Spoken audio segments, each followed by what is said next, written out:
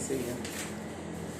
तो यहाँ पर हम लोग उसके आगे करेंगे कैरेज इनवर्ड अनलोडिंग चार्जेस 32,200 था और अदर एक्सपेंसेस जो था वो 18,000 का था। इसके बाद हम लोग अपना अगला स्टेप लिखते हैं। शर्मा एंड कंपनी जितना गुड्स बेचता है, वर्किंग में जाने के पहले ये 2-4 काम हम लोग कंप्लीट कर लेते हैं। शर्मा एंड कंपनी अंडरलाइन किए और यहाँ पर जो सेल किया है वो सेल हम लोग खोजेंगे क्वेश्चन में कि वो क्या सेल किया है, कितना गुड सेल किया है। यहाँ पर देखिए लिखा हुआ है कि उसने कितना गुड सेल किया है, 1700। कितना लिखा हुआ है 1700 या 1000। यहाँ लिखा हुआ है 16,600 kg ऑफ गुड्स,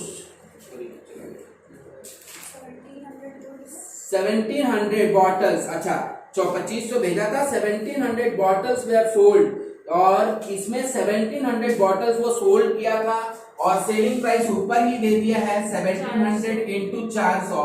कैलकुलेट करके बताइए कितना हुआ, 6,80,000। अब ये 6,80,000 का जो गुड्स सेल किया है, गुड्स जो सेल किया उसका कमीशन भी इसको मिलेगा और वो कमीशन यहाँ पर एग्रीड कमीशन जो है इन लोग का परसेंटेज तय हुआ था कि कितना परसेंट कमीशन मिलेगा, तो वो लिखा हुआ है 10% इनको कमीशन मिलेगा जो भी ये सेल करेंगे। तो 10% लिखा हुआ ना, हाँ, तो 10% कमीशन मिलेगा। तो यहाँ पर उसने सेल किया 6,80,000 का, उसमें डैश देके कमीशन लिखेंगे। कितना का कमीशन हुआ, 10% ऑफ 6,80,000 इज 68,000। ये हो गया उसका कमीशन। तो हम लोग यहाँ पर सेल भी किया, उसका कमीशन भी दिया और अब हम लोगों के पास इस क्वेश्चन का मेजर पार्ट सीखने का मौका है। इसमें हम लोग इतना तो सब लोग जानते हैं कि गुड्स सेंड किया, सेंड करने में उसका कुछ खर्चा हुआ और फिर जो कंसाइनी है वो गुड्स को रिसीव करके वो कुछ खर्चा किया और गुड्स को वो सेल किया और उसका कमीशन हुआ।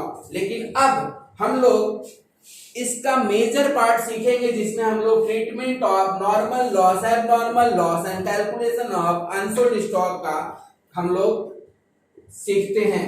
इस तरह से हम लोग करेंगे। वर्किंग नोट में लिखेंगे calculation of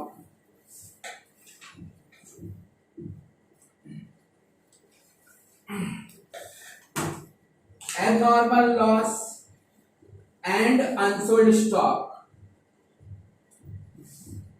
calculation of abnormal loss and unsold stock।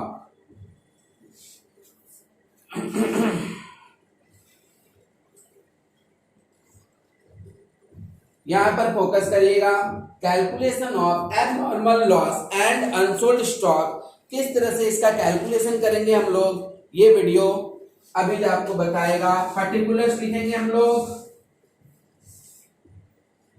Unit लिखेंगे और अमाउंट लिखेंगे। ये चार्ट हम लोग बनाएंगे एबनॉर्मल लॉस का कैलकुलेशन के लिए। यहां पर हम लोग सबसे पहले फाइंड आउट करेंगे गुड्स सेंट ऑन कंसाइनमेंट, कितना गुड्स वो भेजा था, सबसे पहले ये लिखेंगे। यूनिट में अगर हम लोग लिखते हैं तो लिखेंगे 2,500 बॉटल्स वो बॉडी ऑयल का भेजा था और 6 लाख रुपए इसका प्राइस था। अब जैसे जैसे आप इसको भेज रहे हो तो भेजने में आप खर्च भी करोगे।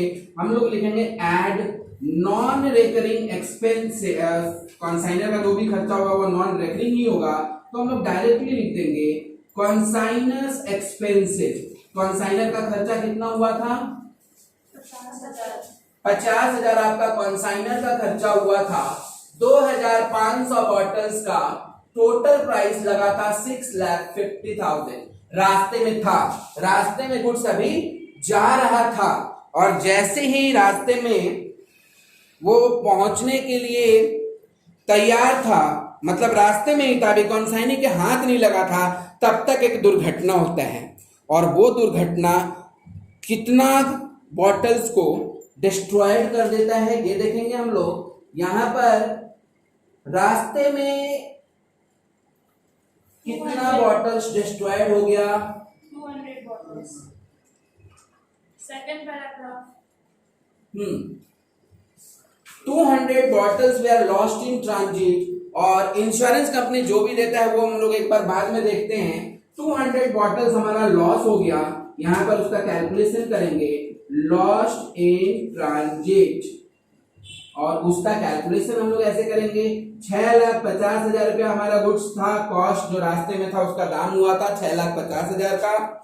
इस 6,50,000 के गुड्स को हम लोग 2,500 बॉटल्स का प्राइस था, तो 200 का बॉटल्स का प्राइस कितना होगा, यहां से आपका 200 बॉटल्स कम हो गया, और ये कैलकुलेशन करके आप निकालिए कितना वैल्यू आया, 52,000 आपका एबनॉर्मल लॉस का वैल्यू आया। अब यहां पर बचा कितना, 2,300, और इसमें से इसको माइनस करो, 598,000। ये हुआ आपका गुड्स जो उसके हाथ में पहुंचा। अब हम लोग इसमें ऐड करेंगे, add non recurring expenses by consignee. Consignee का खर्चा जो नॉन रिकरिंग नेचर का है, नॉन रिकरिंग नेचर का मतलब कॉन्साइनी का खर्चा जो नॉन रिकरिंग नेचर का है, मतलब वो खर्चा जो कॉन्साइनी सिर्फ एक ही बार करेगा, वही उसका नॉन रिकरिंग एक्सपेंसेस का खर्चा हुआ। और यहां पर एक खर्चा जो है वो कैरेज इनवर्ड और अनलोडिंग चार्जेस, ये कॉन्साइनी एक ही बार करेगा, उसको बार बार इस खर्चे को करने का जरूरत नहीं है। तो कैरेज इनवर्ड और अनलोडिंग चार्जेस वो एक ही बार करेगा, लेकिन सेल से रिलेटेड खर्चे आप यहां पर ऐड नहीं करोगे जो कॉन्साइनी किया है। याद रखें, यहाँ पे कोई भेदभाव नहीं है, यहाँ पे सभी खर्चा लिखते हैं, बट यहाँ पे कैलकुलेशन करने के लिए, मतलब मेन सम में हम लोग सभी खर्चा लिखेंगे, लेकिन यहाँ पर कैलकुलेशन करने के लिए हम लोग वही खर्चा लिखेंगे जो है उसका नॉन रिकरिंग एक्सपेंसेस होगा। नॉन रिकरिंग का मतलब जो खर्चा वो एक ही बार करता है गुड्स को अपने गोडाउन तक लेके जाने के लिए, वही खर्चा आप यहाँ पर ऐड करिएगा। और इसके बाद वो खर्चा है हमारा 32,200, तो हम लोग यहाँ पे लिखेंगे 32,200। नहीं, क्योंकि अदर एक्सपेंसेस है वो सेल से रिलेटेड खर्चा है, इसका डिटेल यहाँ पर कुछ नहीं दिया है, तो वो सेल से रिलेटेड खर्चा है, वो खर्चा आप ऐड नहीं करोगे, लेकिन सिर्फ 32,200 आप ऐड करोगे। कितना हुआ ऐड करके, 630,200। अब हम लोग बात करते हैं जो उसके गोडाउन में ड्यू टू लीकेज हो जाने के कारण गुड्स जो डिस्ट्रॉयड हुआ, लीकेज होने के कारण जो गुड्स डिस्ट्रॉयड हुआ, उसके बारे में हम लोग एक बात करते हैं। देखिए, एक तो लॉस होता है जिसको हम चाहते तो रोका जा सकता था, उसको हम लोग एबनॉर्मल लॉस कहते हैं। एक लॉस जिसको हम चाहते तो रोका जा सकता था, दैट कैन बी स्टॉप्ड, हम लोग उसको रोक सकते थे, वो हमारे गलती से हुआ, उसका कैलकुलेशन किया जाता है। और एक ऐसा लॉस होता है जिसको हम चाह कर भी रोक नहीं सकते, वो होना ही होना है। वो प्रोडक्ट के इनहेरिएंट क्वालिटी पे डिपेंड करता है, वो प्रोडक्ट के फिजिकल क्वालिटी पे डिपेंड करता है कि वो स्टॉक वो डिस्ट्रॉय होना ही होना है। जैसे हम लोग कुछ ऑयल है तो कुछ ना कुछ आपका लीकेज हो ही जाएगा। कभी भी देखोगे तेल का गाड़ी अगर खाली होता है तो उस गाड़ी में देखोगे कई तरह के मतलब ज्यादा मतलब कुछ दाग लग जाते हैं तेल के, मतलब कुछ तेल लीकेज हुए हैं तभी तो तेल का गाड़ी खाली हुआ था, तो उसमें दाग लग गया है तेल का, फिर उसका धुलाई होता है। उसी तरह से कुछ ऐसे प्रोडक्ट होते हैं जिनका ये क्वालिटी होता है कि उनको आप रोक नहीं सकते हो, वो आपके उड़ जाएंगे, वो आपके बह जाएंगे, वो सड़ जाएंगे, कुछ भी होगा, उनको आप रोक नहीं सकते हो। ऐसे लॉसेस को हम लोग कहते हैं नॉर्मल लॉस। और नॉर्मल लॉस का कैलकुलेशन करना आपके बस का बात नहीं है, वो जस्ट पर यूनिट का क्वांटिटी का प्राइस बढ़ा देता है, उसका वैल्यू हम लोग एस्टिमेट नहीं करते हैं। तो नॉर्मल लॉस में से हम लोग सिर्फ क्वांटिटी में से माइनस कर देते हैं, उसका वैल्यू हम लोग कैलकुलेट नहीं कर सकते।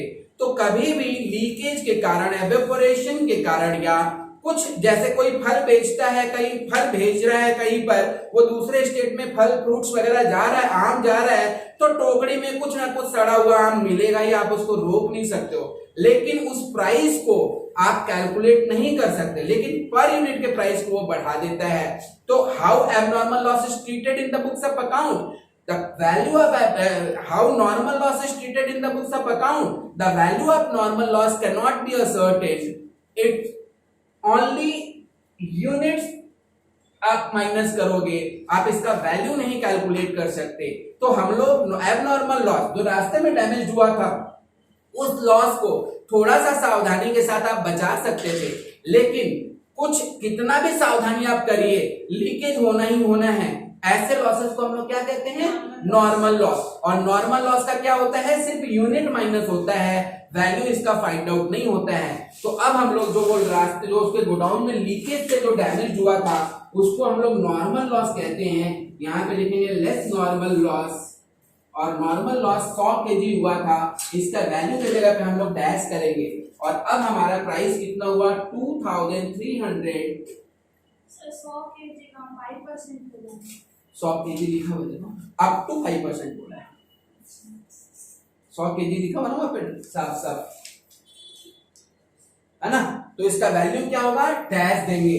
अब आप लोग का वैल्यू कितना आया, गुड्स का टोटल 6,30,200। अब हम लोग ये देखेंगे कि उसके क्लोजिंग स्टॉक का वैल्यू कितना होगा।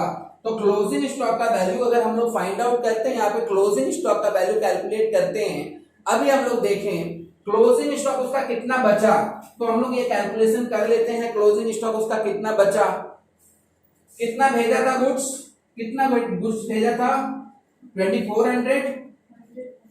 इधर देखो 2400 बॉटल्स भेजा था, इसमें से कितना बिक चुका है, कितना बिक चुका है, 1700। इसमें से कितना रास्ते में डैमेज, 2500 भेजा था, 2500 भेजा था 2500। इसमें से कितना गुड्स बिक चुका है, 1700। रास्ते में कितना डैमेज हुआ है, 200। और कितना गुड्स अपना नॉर्मल लॉस के कारण डैमेज हो गया, 100। तो कितना यूनिट्स बचा है जो क्लोजिंग स्टॉक होगा, कितना यूनिट्स बचा, 800, 500। इस 500 का प्राइस आप निकालिएगा। कैसे निकालते हैं 500 का प्राइस, 6,30,200 जो है वो हमारा इसका क्लोजिंग स्टॉक का प्राइस निकालेंगे। या मिटा रहे हैं सर, एक मिनट, तो 2300 माइनस किए हम वो तो 2200 होगा। और यहाँ पे अमाउंट कुछ माइनस नहीं होगा ना, खाली नहीं, अमाउंट तो निकल ही नहीं सकता ना नॉर्मल लॉस का। आप यहाँ पे 2200 करेंगे, 2200 का प्राइस है 6,30,200। जल्दी जल्दी लिख लीजिए आप लोग, तब तक हम मिटाएं।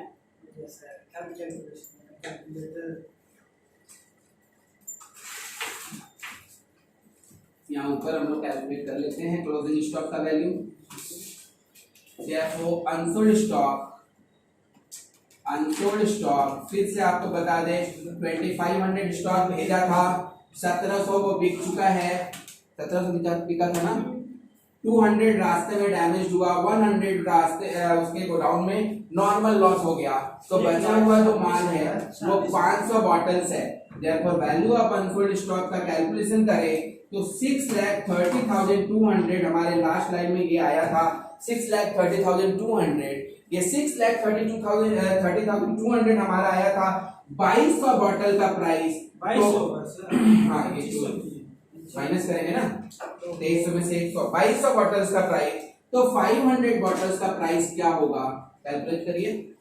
143228 1432228 1432228।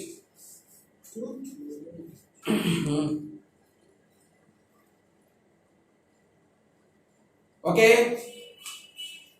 तो ये कैलकुलेशंस में हम लोग सीखे हैं कि किस तरह से नॉर्मल लॉस का ट्रीटमेंट आप बुक में करोगे। तो नॉर्मल लॉस कभी भी हम लोग होता है एवोपरेशन से, या फिर नॉर्मल लॉस कभी भी होता है लीकेज से, तो उसको हम लोग सिर्फ यूनिट से माइनस करते हैं, उसका कोई भी वैल्यू फाइंड आउट करना पॉसिबल नहीं है। तो फाइनली हम लोग दो वैल्यू कैलकुलेट किए, पहला एबनॉर्मल लॉस, और अब हम लोग इस फॉर्मेट में आ जाए अपने सम्स में। तो यहां पर लिखेंगे by lost in transit, lost in transit कितना हुआ था? 52,000। यस 52,000। और फिर हम लोग लिखेंगे by stock, unsold stock on consignment, consignment में कितना स्टॉक और अनसोल्ड पड़ा हुआ है, इसका भी हम लोग कैलकुलेशन लास्ट वाले लाइन में किए थे। कितना हुआ था? 143,228। इसके बाद आप अपने कंसाइनमेंट अकाउंट को क्लोज करिए और आपको प्रॉफिट मिल जाएगा। सर नॉर्मल लॉस नहीं, नॉर्मल लॉस का वैल्यू ही नहीं है तो लिखोगे कैसे? उसी चीज के लिए तो मैंने बताया था ना कि नॉर्मल लॉस का कोई वैल्यू नहीं होता, तो आप उसको खाली यूनिट से माइनस करिएगा जब आप क्लोजिंग स्टॉक फाइंड आउट करेंगे।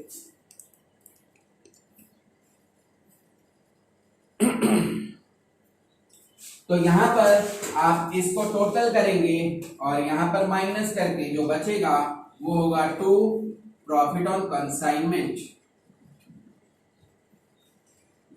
फटाफट बताइए। 107028 प्रॉफिट। 107028 टोटल भी बता दो। 875228। 875228 ये है कंसाइनमेंट में आपको नॉर्मल लॉस का ट्रीटमेंट करने का सम्स, जिसमें आपके नॉर्मल लॉस भी आएंगे, एबनॉर्मल लॉस भी आएंगे और क्लोजिंग स्टॉक का एक फिगर भी आएगा। तो ये हो गया अपना in the books of Poddar and company में कंसाइनमेंट टू जालंधर का सॉल्यूशन। जालंधर अकाउंट नहीं होगा? हाँ वो तो छोटा अकाउंट तो होगा ही।